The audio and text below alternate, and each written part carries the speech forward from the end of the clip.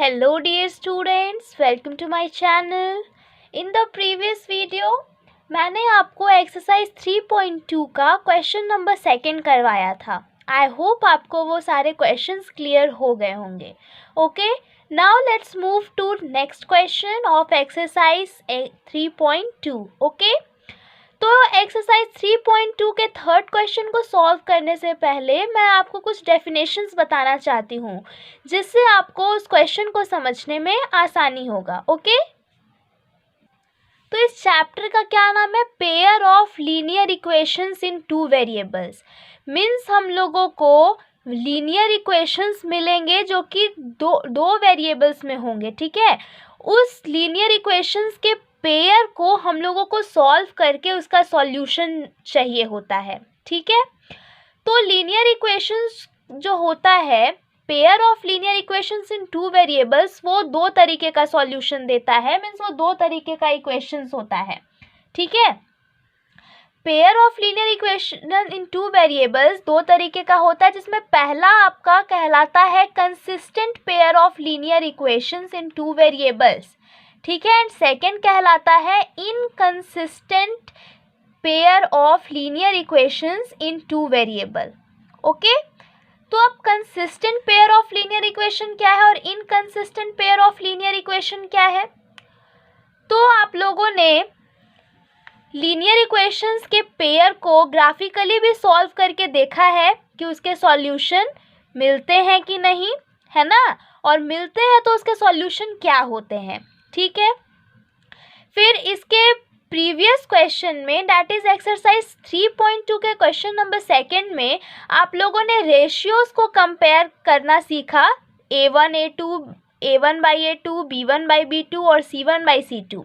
Conditions देखे आप लोगों ने कि जब हम लोग इन रेशियोज का कंपैरिजन करते हैं तब हम लोग जो है लीनियर इक्वेशंस का पेयर को देख करके बता सकते हैं, उनके रेशियोज को कंपेयर करके बता सकते हैं कि उस given pair of linear equations के सॉल्यूशन एग्जिस्ट करेंगे या फिर नहीं करेंगे. नो सॉल्यूशन होंगे इस given pair of linear equations के. ठीक है, तो वैसा लीनियर इक्वेशंस के पेयर जिनका सॉल्यूशन एग्जिस्ट करता है वो आपका consistent pair of linear equation in two variables कहलाएंगे. ओके, और वैसे given pair of linear equation जिनका कोई सॉल्यूशन एग्जिस्ट नहीं करता है, एक भी सॉल्यूशन एग्जिस्ट नहीं करता है, that pair of linear equation is called inconsistent. ठीक है, मीन्स अगर आपको एक पेयर दे दिया जाए लीनियर इक्वेशंस के, मीन्स दो लीनियर इक्वेशंस दे दिए जाए, तो अगर उस दो लीनियर इक्वेशंस का सॉल्यूशन आपको मिलता है, चाहे वो एक सॉल्यूशन हो चाहे वो इन्फिनाइट मेनी सॉल्यूशंस हो, ठीक है, तो वो जो लीनियर इक्वेशंस है वो आपका consistent pair of linear equations कहलाएगा.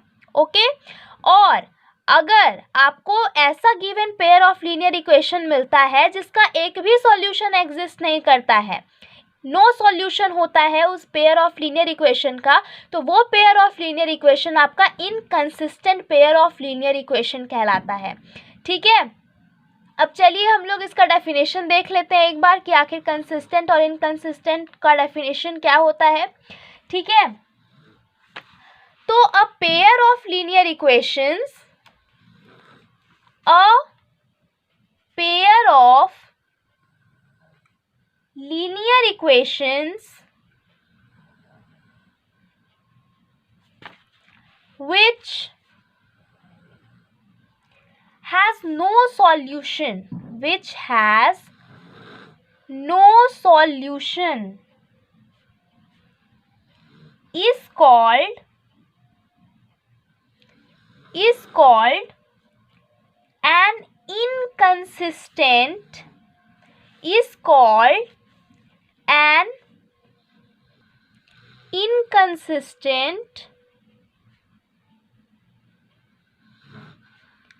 pair of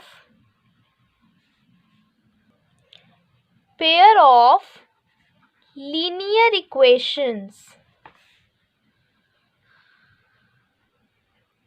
ओके, तो कंसिस्टेंट और inconsistent pair of linear equations आपको ऐसे तो समझ आ गए हैं, पर inconsistent pair of linear equations का क्या डेफिनेशन हो गया कि वो पेयर ऑफ लीनियर इक्वेशन जिनका कोई सॉल्यूशन एग्जिस्ट नहीं करता है, वो pair of linear equation inconsistent pair of linear equations कहलाते हैं.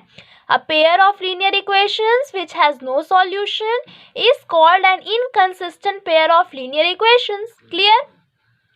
अब चलिए हम लोग consistent pair of linear equations की बात करते हैं. ठीक है, तो a pair of linear equations, a pair of linear equations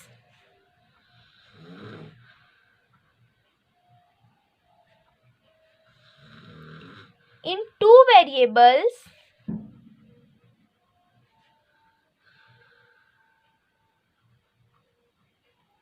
which has a solution. इसमें क्या था, which has no solution, और इसमें which has a solution.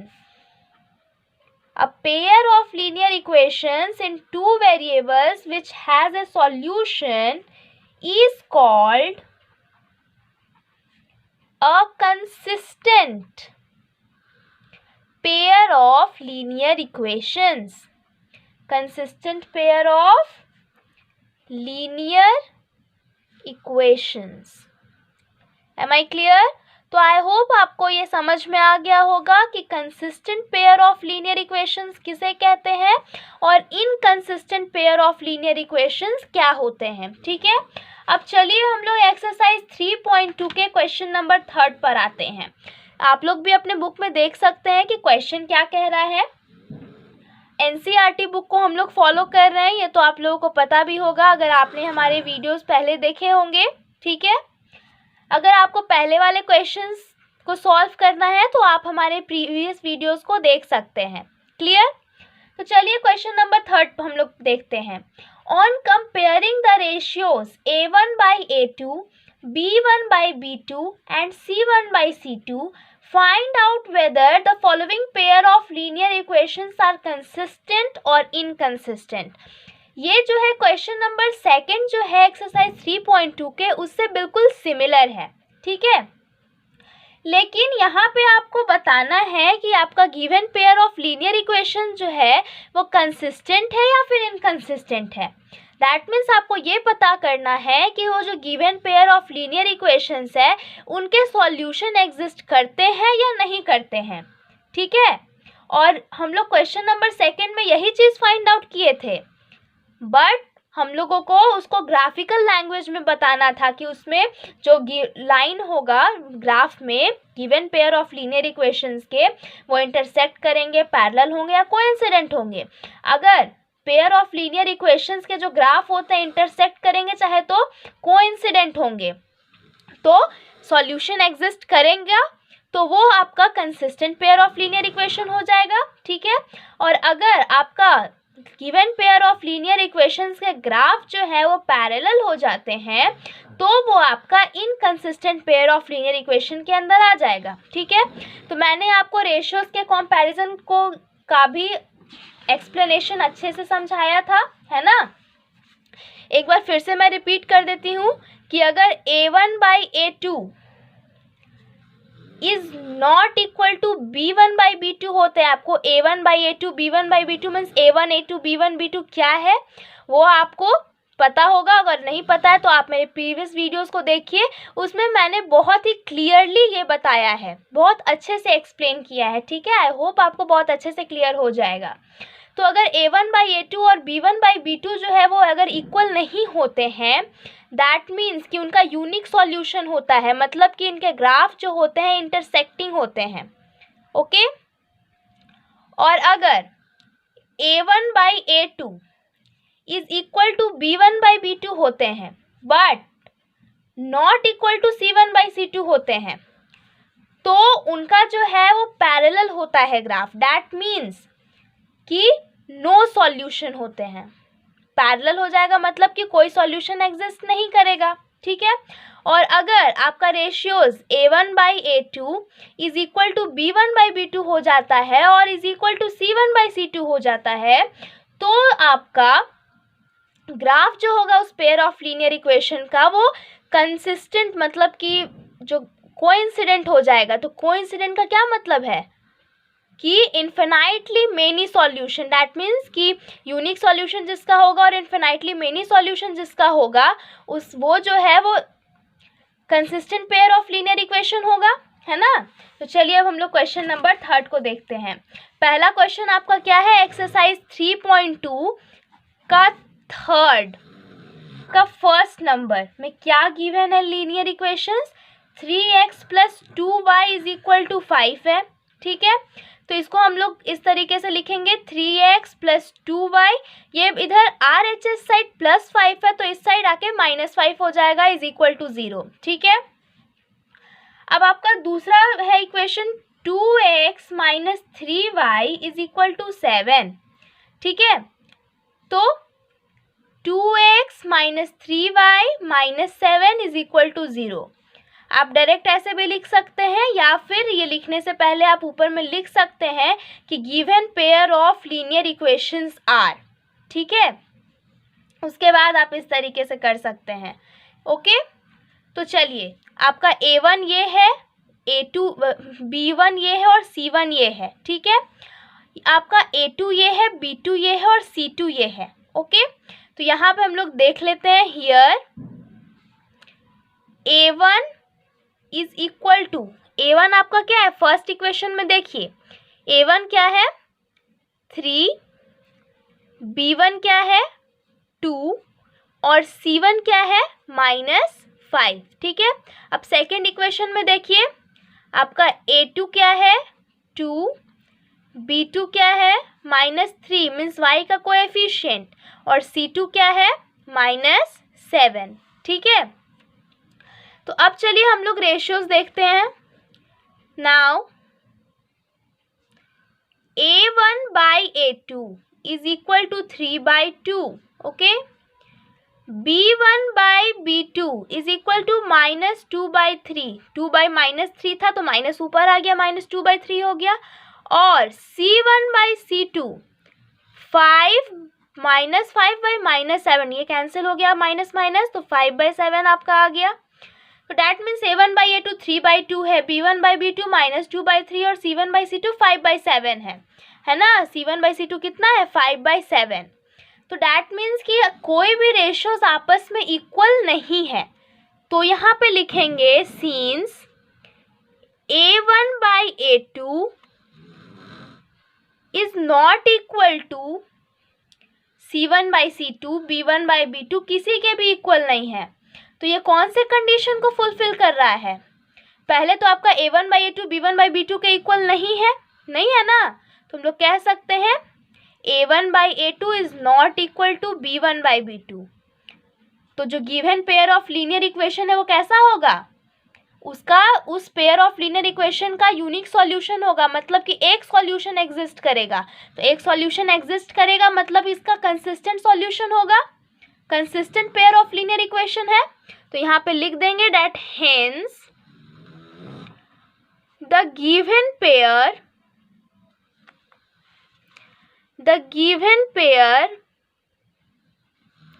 of linear equations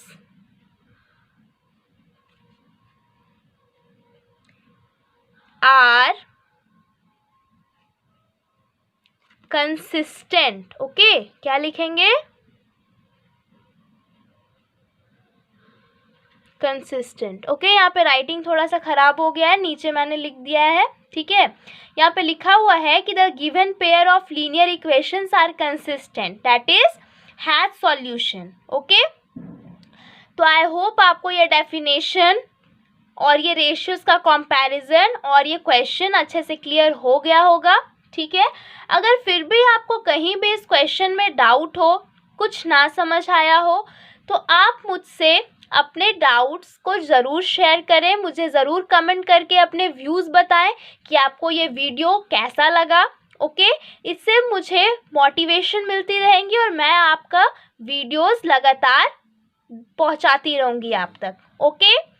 तो थर्ड क्वेश्चन में आपका टोटल 5 क्वेश्चन है, तो इसमें मैंने फर्स्ट क्वेश्चन को कॉन्सेप्ट के साथ क्लियर कर दिया है। आप और 4 क्वेश्चन जो है क्वेश्चन नंबर थर्ड के, वो इसी तरीके से सॉल्व कर सकते हैं, ठीक है। मैं नेक्स्ट वीडियो में वो सारे क्वेश्चन सॉल्व करवाऊंगी। ओके, तो मैं इस वीडियो को यहीं एंड करती हूँ। Thank you so much.